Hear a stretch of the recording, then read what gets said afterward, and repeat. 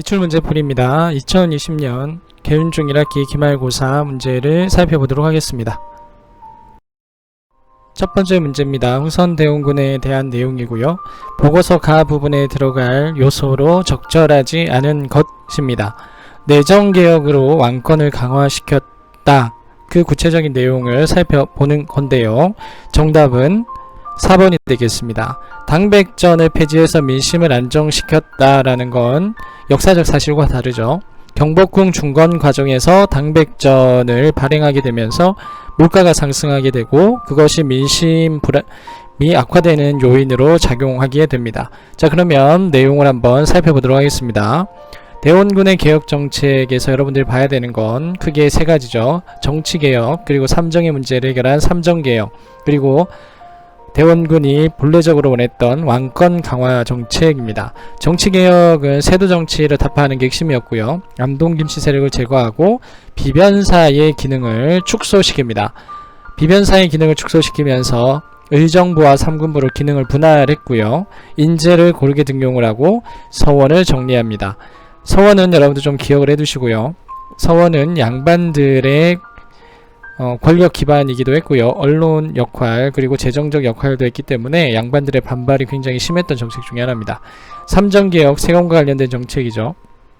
토지제도와 관련된 토지세는 토지조사를 통해서 바로 잡습니다. 군정이 가장 중요한 트레이드 마크인데요. 양반에게도 세금을 내게 했던 호포법이 제정이 됩니다. 그리고 환곡, 가장 극심한 문제였던 대출 문제 역시 사창제를 통해서 해결을 하죠. 왕권 강화 정책으로 대전해통을 편찬을 하고요. 정치개혁 역시 왕권 강화책의 일환이었습니다. 다만 경복궁을 다시 짓는 과정에서 왕권 강화는 오히려 민심의 역풍을 맞게 되면서 대원군의 힘이 잃게 되는 요인으로 작용했다라는 것까지 여러분들 잘 기억해 두시면 되겠습니다. 두 번째 문제입니다. 역시 응선대원군에 대한 문제고요. 디테일한 개혁 정책에 대해서 질문을 하는 것이죠. 최고의 정책이라고 선택한 이유 중에 두 번째, 군역의 부담을 줄여주고 라는 게 키워드일 겁니다. 양반들에게 세금을 거뒀다라는 것도 주요 포인트가 되겠죠. 정답은 호포제가 됩니다. 자, 그러면 다른 내용도 좀 살펴볼까요? 사창제는 환곡과 관련된 개혁 정책이고요. 양전사업, 토지조사를 한자로 표현한 겁니다. 전정과 관련된 개혁입니다. 경복궁 중건은 왕권을 강화시키려는 의도에서 진행이 된 거고요. 통상거부정책은 대외정책과 관련된 내용이다 라는 거 잘 정리해 두시고요. 삼정의 개혁은 크게 세 가지로 진행이 되죠. 토지제도, 토지세인 전정은 토지조사를 명확히 해서 부당하게 세금을 내는 사람들의 숫자를 줄여 나갔던 거고요.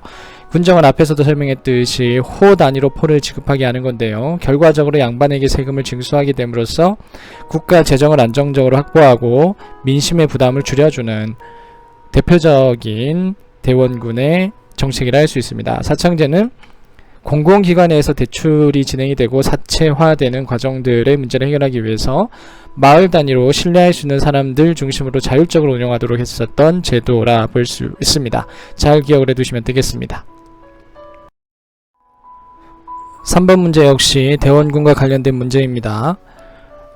다음에 척합이 건립 정책이 수립되는데 관련 없는 사건은 척합이 건립은 대원군의 통상수교 거부 정책이 확립되고 그것을 상징적으로 포교하기 위해서 만들어진 비석이죠.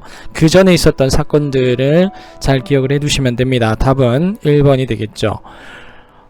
러시아, 프랑스, 독일의 삼국 간섭은 1895년 청일전쟁 직후의 상황입니다. 일본이 야오퉁 반도를 가져가게 되면서 위기를 느꼈던 러시아가 독일, 프랑스 등을 이끌고 일본을 견제했던 사건이죠. 나머지 병인 양요, 그리고 신미 양요, 오페레트 도굴 사건, 제너럴 셔머너 사건은 다 대원군이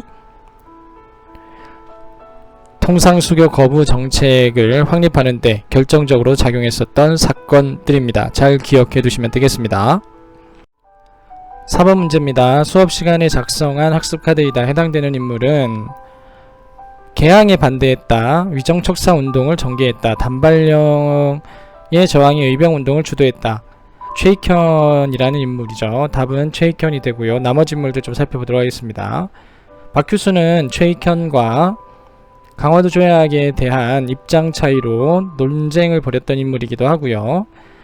개화파의 스승이기도 합니다. 김옥규는 갑신정변을 핵심적으로 주도했던 급진개화파하고요. 민영익은 보빙사로 갔던 명성황후의 측근 세력으로서 온건개화파의 대표적인 인물입니다. 서재필은 갑신정변에 참여하지만 그가 두드러지게 등장하는 시점은 독립협회, 독립신문을 만들었던 시점들이죠. 그래서 인물을 잘 기억을 해두시고요. 급진개화파의 핵심 인물 김옥균, 박영효, 홍역식, 서광범 등이 있다. 온건개화파의 핵심인물 김홍집, 김윤식, 그리고 명성황후, 민영익 등이 있다. 위정척사파 핵심인물 최익견, 대원군, 이항로 등이 있다라는 거 잘 기억해둡니다. 5번 문제입니다. 밑줄 친 가의 조약은 최초의 근대적 조약이었다라는 게 힌트가 될 겁니다. 그리고 아랫부분에 나오는 일본의 이익만을 일방적으로 보장하는 불평등 조약이었다. 일본과 맺은 최초의 근대적 조약, 강화도 조약이 답이 되겠죠. 그럼 나머지 조약들은 어떤 건지 좀 살펴보도록 하겠습니다. 한성조약은 갑신정변의 결과 배상금 문제로 맺어진 조약이고요. 제물포 조약은 이모군란의 결과 일본과 맺었던 배상금 관련, 그리고 공사관 주변에 일본군이 주둔하게 되는 계기를 마련했었던 조약이라고 보실 수 있습니다. 4번의 시모노세키 조약은 청일전쟁의 결과 맺어진 조약인데요. 우리나라에도 상당히 큰 영향을 미치게 되죠. 시모노세키 조약을 조정하는 과정에서 삼국 간섭이 일어나게 되고, 삼국 간섭을 통해서 러시아의 힘을 발견한 조선은 러시아 세력들을 끌어들였고, 그 과정에서 을미사변이라는 상황이 벌어지게 됩니다. 조미수호 통상조약은 조선 책략 등장 이후에 가장 중요한 핫 이슈였던 미국과의 관계 설정 문제에서 찬성하는 입장, 즉 정부의 입장에서 미국과 체결한 조약이고요. 대표적인 불평등 조약이기도 합니다. 여기서 최혜국 대우가 등장한다라는 것도 기억을 해두시고요. 강화도 조약에 대해서 여러분들 주목해야 되는 것은 최초의 근대적 조약이었다라는 거, 그리고 불평등 요소가 많았다는 거죠. 본 조약에서는 치외법권, 즉 영사재판권 및 해안측량권이 일방적으로 우리에게 강요되었다라는 점에서 불평등 요소라 할 수 있고요. 강화도 조약이라고 칭해지지만 후속으로 취해진 경제 부분의 조약 내용들에서 경제적 침탈 요소들이 굉장히 강하게 나타납니다. 관세가 없었고요. 곡식이 무제한적으로 유출되는 것을 허용하고 있었고요. 일본 화폐의 사용이 이루어지고 있었습니다. 이런 내용들 잘 정리하셔서 공부하시면 될 것 같습니다. 6번 문제입니다.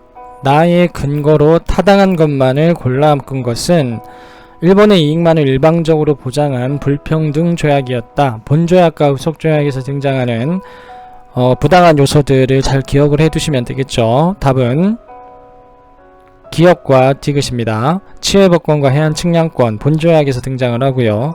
곡물의 무제한적인 유출을 허용했다. 후속 조약인 무역규칙에서 등장하는 내용입니다. 자, 그러면 니은과 디귿은 왜 틀렸는지를 좀 살펴볼까요? 최혜국 대우 조항이 나타나기 시작했던 건 미국과의 조약에서였고요. 강화도 조약에서는 포함되지 않습니다. 꼭 기억을 해두시고요. 관세를 부과할 수 있었던 근거가 마련됐던 것은 강화도 조약이 아니라 강화도 조약을 재개정하는 과정이었던 1883년 통상장정을 통해서 그 근거가 마련이 됩니다. 강화도 조약 때는 관세가 없는 무관세의 모습이 나타나고 있다는 거 잘 기억을 해두시면 되겠습니다. 7번 문제입니다. 가하다의 조사 대상으로 옳지 않은 것은 개화정책을 담당하는 기구 통리기무화문이었죠. 1번이 답이 될 겁니다. 군국기무처는 1차 가부개혁의 개혁기구고요. 1880년에서 84년 사이에 개화정책을 추진하기 위해서 만들어졌던 기구는 통리기무화문입니다. 자, 그러면 내용 한번 정리를 해봅시다. 개화정책을 총괄했던 기구는 통리기무화문이고요. 상징적인 개화기구로서는 별기군이 있죠. 이모군란의 원인으로 작용하기도 하고요. 각국의 조사 시찰단들을 파견하게 됩니다. 일본으로는 공식적으로 파견된 수신사와 비공식적으로 갔던 조사 시찰단이 있고요. 청나라로는 영선사가 파견이 됩니다. 미국으로는 보빙사가 파견이 되고요. 이들이 나중에 개화정책을 추진하는 핵심 인재로서 역할을 하게 된다라는 것까지 잘 기억해두면 되겠습니다.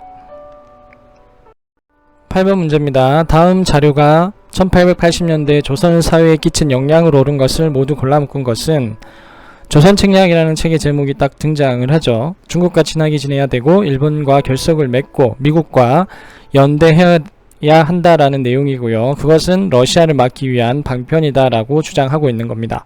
조선에 들어와서 굉장히 큰 핫 이슈를 만들었다고 했는데요. 그 이슈 찬성하는 입장과 반대하는 입장으로 갈라지게 됩니다. 답은 니은과 리을이 되겠죠. 찬성하는 입장에서는 미국과의 조약을 추진을 하고요. 반대하는 입장에서는 전국적 단위의 개화 정책 반대 운동인 영남 만인소 운동이 전개가 됩니다. 기억의 신미양요의 원인이 됐던 사건은 제너럴 셔머너 사건이고요. 러시아의 내정 간섭과 열강들의 이권 침탈이 심해졌던 것은 아관파천 직후의 모습입니다. 특히 최애국 대우가 거기서 굉장히 큰 독소 조항으로 작용하고 있었죠. 자, 다시 한번 정리를 하면 조선 책략의 핵심 내용은 러시아를 방어해야 한다는 것이었고요. 그러기 위해서는 청일미와 가까이 지내야 된다는 겁니다. 이러한 입장을 수용한 정부 측 개화를 찬성하는 입장에서는 조미수호 통상조약이 체결이 되고요. 여기서 서양과의 최초의 조약이 체결이 됩니다. 그리고 최애국 대우라는 불평등 요소가 처음으로 등장을 하게 되죠. 반대하는 입장에서는 위정 척사 운동을 이어가는데요. 개화 반대가 주된 목적이었고요. 영남 만인소 운동으로 구체화되어져서 등장하게 됩니다. 9번입니다. 가에 들어갈 사건으로 옳은 것은 비주얼 싱킹의 내용을 보면 99년이 가장 큰 힌트가 되겠죠. 그리고 일본 교관이 살해되고 일본 공사관이 불타버리죠. 이모군란을 지칭하는 것입니다. 이모군란에 대해서 간단히 정리를 하면 개화정책에 대한 불만이 터져나왔던 사건이고요. 99년이 그 중심에 있었죠. 별기군에 대한 투자가 99년에 대한 차별로 나타나게 되면서 그 불만이 터져 나오는데요. 도시 하층민들이 이 과정에 참여하게 되면서 시민사회 운동의 성격으로 역사적 의미는 더 커진다라는 거. 전개 과정들을 좀 살펴보면 봉기가 시작이 되고요. 대원군을 찾아가서 대원군이 재집권하게 되는 계기가 됩니다. 대원군은 개화정책의 핵심인 통리기무화문과 별기군을 폐쇄하면서 개화정책을 잠정 중단시키는데요. 청의 개입으로 그의 집권은 물거품이 되고 청나라로 납치되게 되면서 이모군란은 실패로 끝이 나게 됩니다.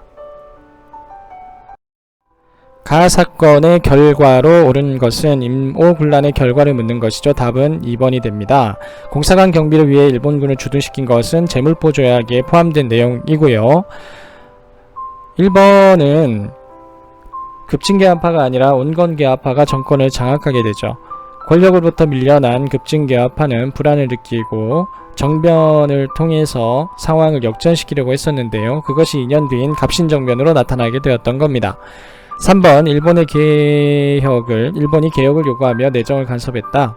일본이 이모군란을 통해서 배상금 및 군대를 주둔하는 소기의 목적을 달성하기는 하지만 가장 큰 영향력을 미치고 있었던 나라는 청이었고요. 청의 내정 간섭이 심해진 것이 당시로서는 가장 큰 문제였습니다. 위정척사운동 역시 비슷한 시기 일어나지만 개항에 대한 반대가 아니라 개화에 대한 반대였고요. 개항에 대한 반대의 움직임은 강화도 조약 전후로 나타나게 됩니다. 민심을 수습하기 위해 삼정이정청을 설치한 것은 철종 시기 임술농민 봉기 직후의 상황입니다. 다시 한번 정리하면 이모군란의 결과 청의 내정 간섭이 심화되고요. 제물포 조약이 체결됩니다. 일본에 대한 배상금 지급 관련된 내용이고요. 일본군이 일본 공사관을 지켜야 된다는 명분으로 일본군을 주둔시키게 되는 요인으로 작용하게 됩니다. 그리고 조청상민 수륙무역장정이 체결이 되면서 내지, 즉 내륙에도 무역이 허용되는 상황이 만들어지게 됩니다. 11번 문제. 다음은 수업 시간에 나누는 토론의 내용이다. 토론 내용의 주제로 가장 적합한 역사적 사건은 김옥균이라는 인물이 등장을 하죠. 청에 기대어 권력을 유지하면서 개혁을 방해하고 있다라는 판단이 등장을 합니다. 청의 내정 간섭 그리고 온건 개화파에 대한 불만 등에 의해서 나타난 정변을 지칭을 하는 것이고요. 답은 갑신정변이 되겠습니다. 갑신정변의 내용을 잠깐 정리해 보도록 하겠습니다. 청의 내정 간섭의 심화가 주된 요인이었고요. 마침 청나라와 프랑스가 전쟁을 벌이고 있었고 그 틈을 이용해서 정변을 꾀하게 됩니다. 김옥균과 같은 급진계파들 중심의 정변으로 우정총국 축하 파티를 기화로 해서 사건은 진행이 되고요.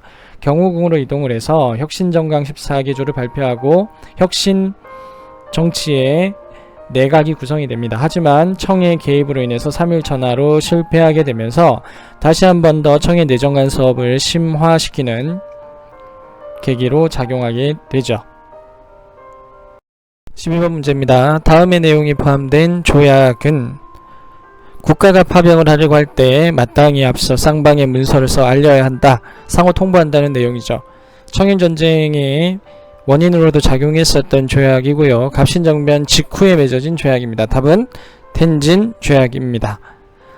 갑신정변의 결과를 잠깐 살펴보도록 하겠습니다. 청의 내정간 사업이 심화되었고요. 배상금 문제로 한성조약이 체결됩니다. 임오군란 직후에 재물포조약과 내용이 거의 흡사하죠. 구별할 수 있어야 되고요. 텐진 조약이 체결이 되는데요. 청과 일본 사이에서 맺어진 조약입니다.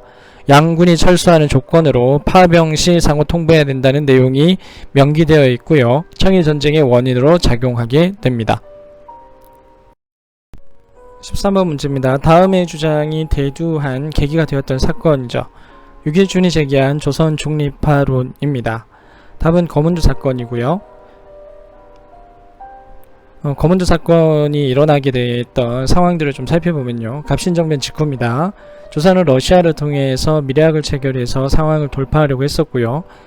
러시아가 부동항을 얻게 되자 이를 탐탁치 않게 생각했던 영국이 거문도를 불법적으로 점령하게 됩니다. 세계 열강들에 의해서 조선이 위태로워지는 상황을 직접 목격한 조선인들은 조선을 중립화해야 한다는 논의를 하기 시작하게 됐는데요. 그 상황들을 여러분들 잘 기억을 해두셔야 합니다.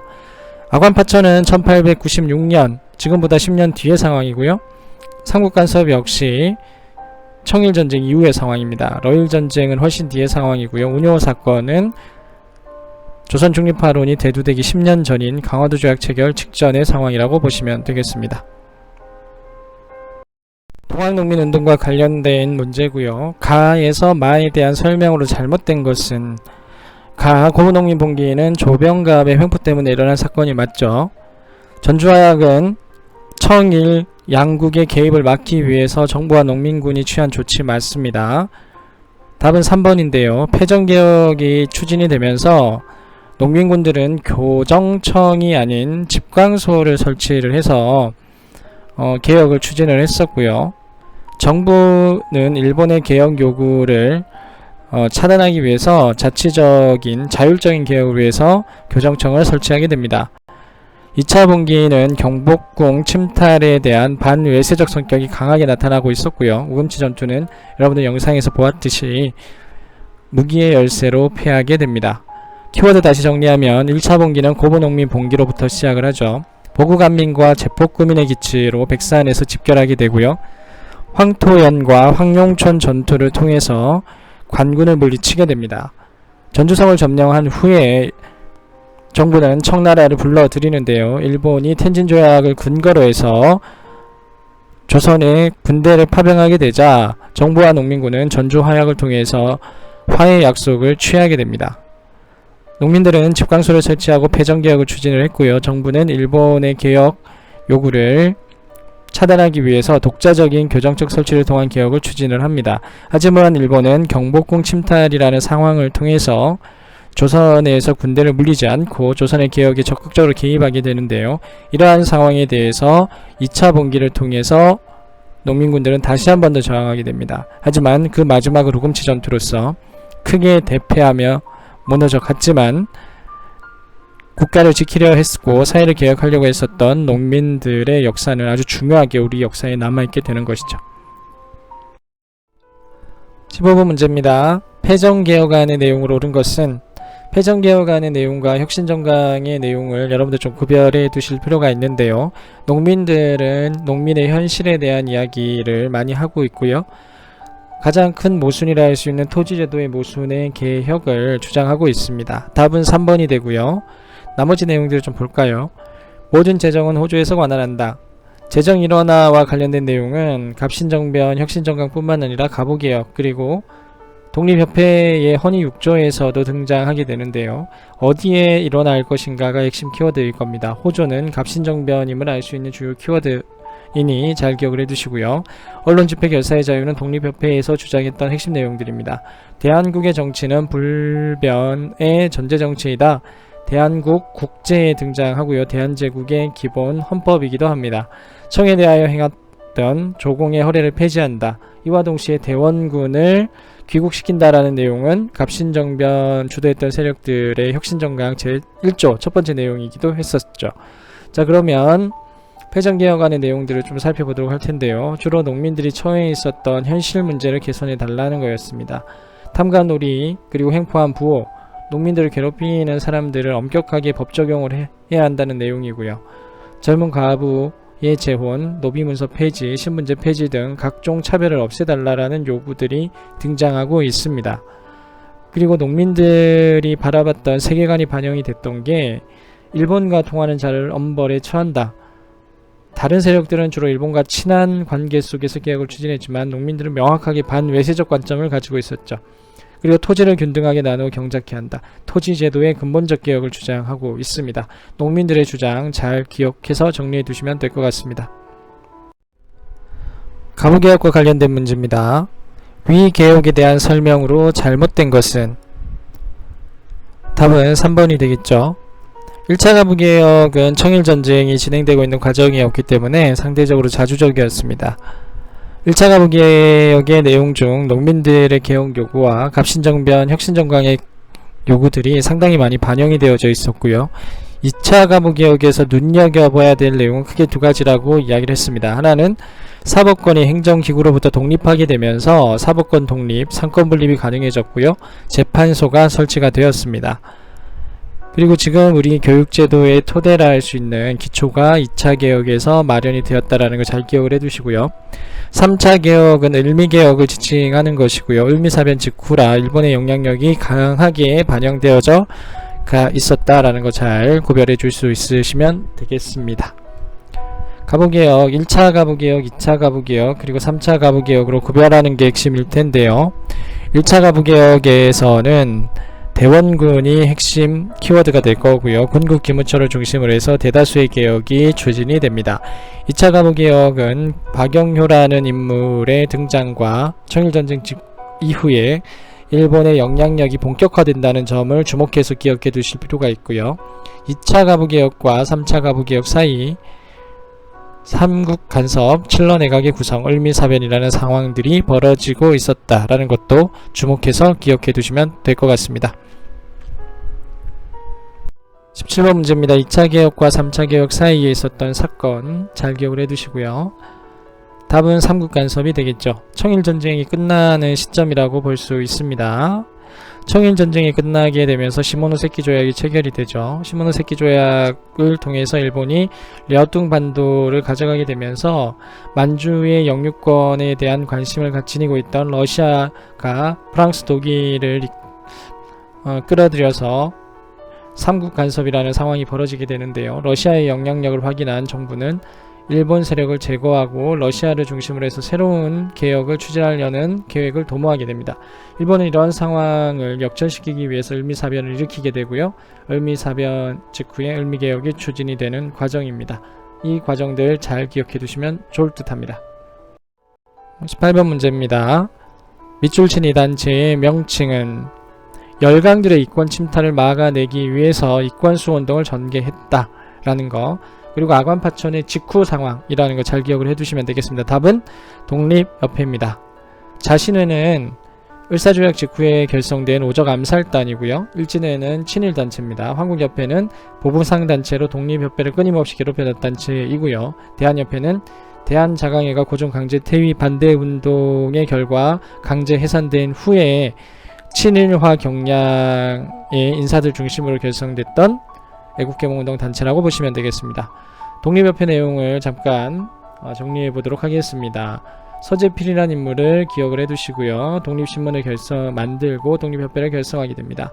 크게 세 가지 운동을 펼쳐내는데요. 자주적인 국권 회복을 위해서 러시아의 내정 간섭을 비판했고요. 독립문을 건립하고 이권수호 운동을 펼쳐나갑니다. 주로 러시아에 대한 비판이었고요. 민권운동이 핵심이었죠.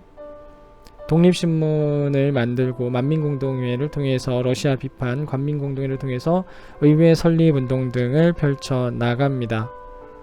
그리고 자강개혁을 위해서 상업진흥과 근대교육을 신경 쓰게 되었던 단체이기도 하죠. 잘 정리해서 기억해 두시면 되겠습니다. 19번 문제입니다. 다음은 1890년대 만민공동회와 관련된 가상대화입니다. 당시 토론 주제 가로 시기상 불가능한 것은 독립협회가 활동했던 시점은 1896년에서 1899년 사이죠. 시기적으로 맞지 않은 것은 3번 헤이그 특사 파견 문제 때문입니다. 헤이그 특사 파견은 1905년 을사늑약의 무효를 알리기 위해서 1년 뒤인 1906년 진행된 상황이고요.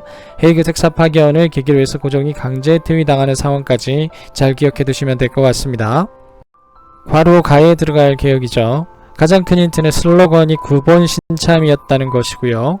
지계 발급 사업이 당시 개혁 중에 가장 중요한 포인트가 될 겁니다. 자주적으로 진행된 근대적 개혁이지만 열강들의 간섭과 보수적 색채 때문에 큰 성공을 거두지 못했다는 한계 역시 지니고 있습니다. 답은 광무개혁이 되겠습니다. 광무개혁 다시 한 번 더 정리를 하면 대한제국에서 추진된 개혁이고요. 대한제국은 황제권 강화를 통해서 당시 자주국가를 건설하려는 움직임을 보이게 됩니다. 독립협회와는 반대의 움직임을 보이고 있죠. 대한국 국제라는 헌법 속에는 전제 황권을 강화시킨다는 내용이 포함되어져 있고요. 광무개혁을 통해서 대한제국의 개혁이 추진이 되는데요. 구본 신참이라는 옛것을 근본으로 하여 새것을 참고한다는 점진적 개혁이 그 방침이었습니다. 대표적인 개혁으로는 지계 발급 사업이 있고요. 양전 사업 역시 진행이 됩니다. 기술교육에 좀 초점을 두고 있고요. 상업진흥을 통해서 회사를 설립하고 금융을 개혁하는 움직임들 역시 나타나고 있었다. 잘 정리해 두시면 될 것 같습니다. 21번입니다. 다음 자료가 보여주고 있는 상황에 대한 설명으로 가장 적절한 것은 러일전쟁이 진행이 되고 난 후의 상황을 묘사하고 있고요. 일본과 미국 사이에 맺었던 가스라테프트 조약, 영국과 일본 사이에 맺었던 2차 영일동맹, 그리고 러일전쟁의 결과인 포츠머스 조약이 나란히 기록되어져 있습니다.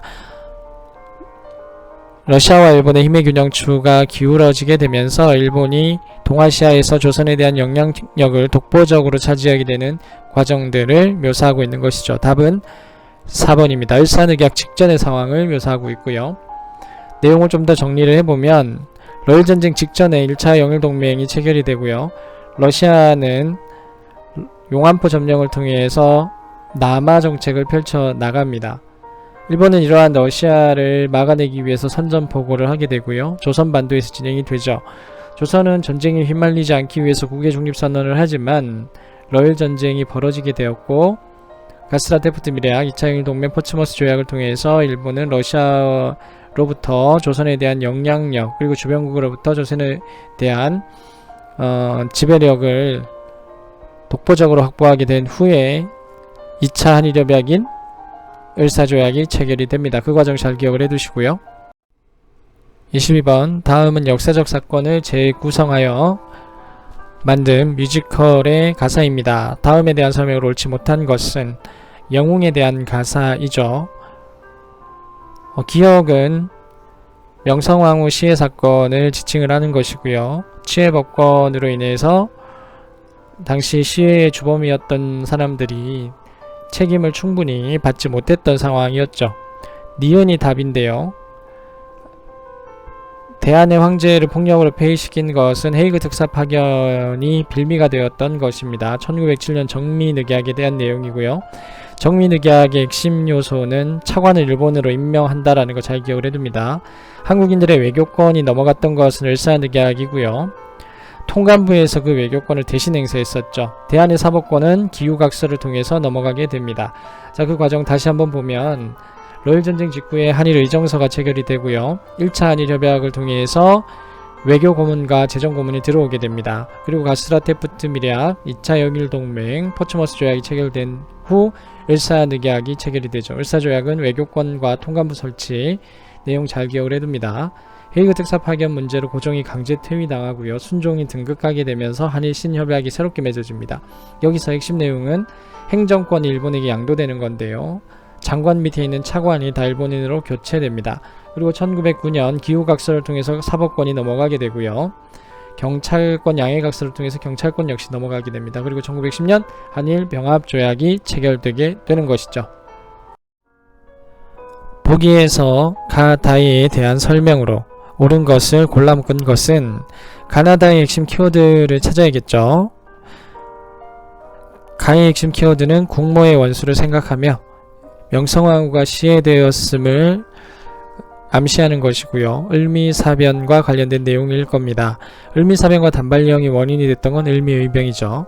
지난 10월 20일에 변나에 나오는 내용인데요. 아랫부분에 보면 외교와 관련된 내용들이 등장하고 있습니다. 외교권이 박탈되었던 을사늑약을 지칭을 하는 것이고요. 을사의병을 의미합니다. 단은 군대를 해산했다가 가장 큰 키워드고요. 고종의 강제 퇴위와 함께 정미조약이 체결이 되고요. 군대가 강제로 해산이 됩니다. 해산된 군대는 의병으로 들어가게 되면서 최대 규모의 의병을 결성하게 된다는 내용 잘 기억해 둡니다. 답은 디귿과 니을이 되겠죠. 을미의병 시기에는 평민의병장이 아직 등장하지 않습니다. 단발령이 원인이 됐던 것은 가의 을미의병이고요. 내용 정리하면 을미의병, 을사의병, 증미의병으로 나뉘어지고요. 여러분들이 이걸 잘 구별할 수 있어야 됩니다. 을미의병은 을미사변, 단발령이 원인이 되고 양반이 중심이 되었다라는 거, 그리고 자진해산했다는 것도 기억을 해두시고요. 을사의병은 을사조약이 원인이 됩니다. 신돌석이라는 평민의병장이 등장하게 되고요. 일본의 진압에 의해서 해산이 됩니다. 정미의병 별표를 좀 쳐둡니다. 고종 강제 퇴위와 군대 해산이 원인이 됐고요. 13도의 창의군 최대 규모의 의병을 결성하게 되고요. 연합의병을 결성해서 서울 진공작전을 펼쳤다라는 내용까지 기억해 두시면 되겠습니다.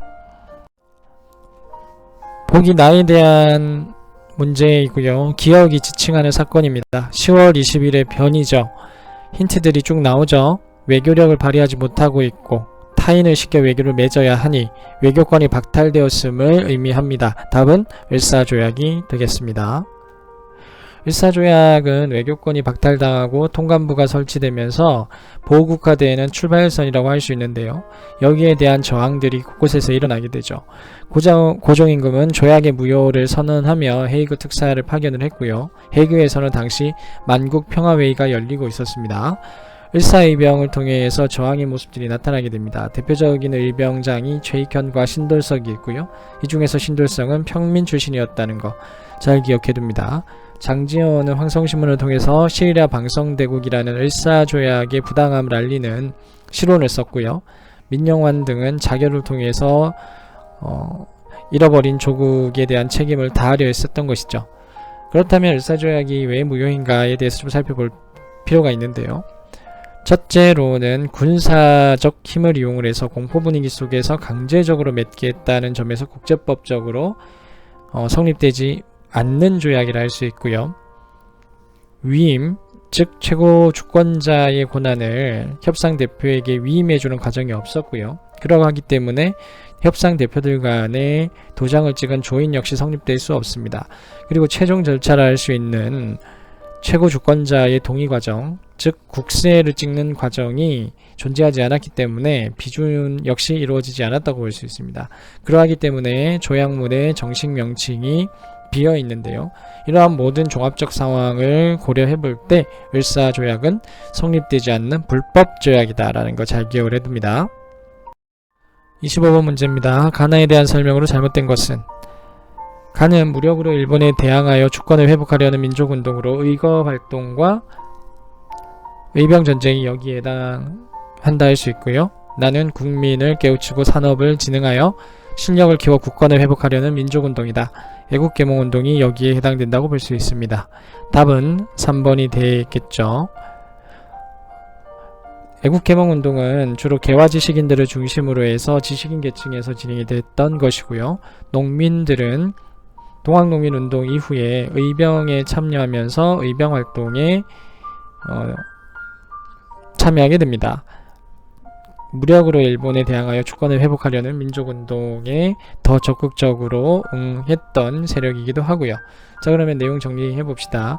국권을 수호하는 방법은 크게 세 가지가 있었는데요. 의병이 있었고요. 의거가 있고 애국개몽운동이 있습니다. 의병은 을미, 을사, 정미의병, 그리고 마지막에 호남 지역에서 활동했었던 의병 내용까지 기억을 해두시면 될 것 같고요. 의거 활동은 조금 이따 다시 설명을 드릴 텐데요. 의거 활동에 참여했었던 핵심 인물들을 기억을 해두시면 되겠습니다. 애국개몽운동 역시 애국개몽운동 단체들을 기억을 해두시면 좋을 듯 합니다. 26번 문제입니다. 앞에서 설명했던 의거 활동과 관련된 내용이고요. 의거 활동에 참여했었던 인물과 그가 제거하려 했었던 대상이 누구인지를 잘 기억해 두시면 되겠습니다. 답은 장인환이죠. 재정고문으로 들어왔었던 미국인 스티븐스를 미국에서 제거하고 조선의 상황을 국제사회에 제대로 알리기 위해서 노력했었던 인물, 장인환과 전명훈 의사의 의거 활동입니다. 자, 그러면 나머지 인물들을 좀 정리를 해봅시다. 나철과 오기호는 오적암살단, 자신회를 통해서 오적암살단을 결성을 하고 을사조약에 적극적으로 동조했었던 을사오적을 제거하려 했었고요. 안중근은 일본의 조선 식민화 정책의 핵심에 있었던 이토 히로부미를 하얼빈에서 제거함으로써 그들의 정책 과정을 무력화시키려는 시도를 했었던 겁니다. 이재명은 친일파의 상징적 인물인 이완용을 제거함으로써 민족 정기를 바로 세우려 했었던 인물이기도 하죠. 물론 실패로 끝이 나기는 하지만, 자, 다시 정리를 하면 이렇게 정리가 됩니다. 27번입니다. 괄호 가의 단체는 애국개몽운동 계열은 단체를 통해서 어떤 역할과 활동들을 했는지를 구별하는 게 핵심일 텐데요. 가 단체의 가장 큰 핵심 키워드는 고종 강제 퇴위 반대 운동입니다. 고종 강제 퇴위 반대 운동을 통해서 일본의 탄압으로 해산된 단체는 대한자강회죠. 자, 그러면 애국개몽운동 단체들의 특징들을 정리해 보도록 하겠습니다. 보안회는 한일의정서가 체결된 이후에 황무지 개간권마저 요구했었던 일본의 개간권 요구를 시민운동을 통해서 철회시킴으로써 보기 드문 성공 사례를 보였던 단체입니다. 헌정연구회는 1906년 설립됐고 헌법과 의회 설립을 연구했던 단체고요. 이들이 대한자강회로 확대 개편이 됩니다. 대한자강회는 산업과 교육 중심의 애국개몽운동 단체였는데요. 고종이 강제 퇴위 당함으로 인해 고종 강제 퇴위 반대 운동을 전국적으로 펼쳐 나갔고요. 이것이 빌미가 돼서 일본의 탄압으로 해산되게 됩니다. 신민회라는 단체는 애국개몽운동 계열과 무장독립투쟁 계열의 두 가지 요소를 다 지니고 있었던 단체로 무장독립을 위해서 독립군 기지건설과 독립군 양성을 위해서 비밀리에 움직일 필요가 있었기 때문에 비밀결사단체의 모습을 취하고 있었고요. 교육과 산업 그리고 애국개몽운동 계열의 신령양성운동 역시 펼쳐나가고 있었던 단체입니다. 공화정을 지향했다라는 것 역시 특이한 지점이기도 하고요. 잘 기억을 해두시기 바랍니다. 28번입니다. 가 나의 밑줄 친 이곳이 바르게 연결된 것은 가의 가장 큰 힌트는 널전쟁 직후에 불법적으로 이 땅을 일본이 편입시켰다는 내용이고요. 독도를 지칭하죠. 나에서 가장 큰 힌트는 을사조약으로 외교권을 빼앗은 일본이 만주의 철도 부설권을 얻는 대신에 이곳을 청으로 넘겼다는 핵심 내용이고요. 간도 협약에 대한 내용입니다. 답은 1번이 되겠습니다. 내용 정리하면 독도는 신라 지증왕 이사부에 의해서 우산국이 편입되면서 우리의 역사로 들어오게 됐다라는 사실,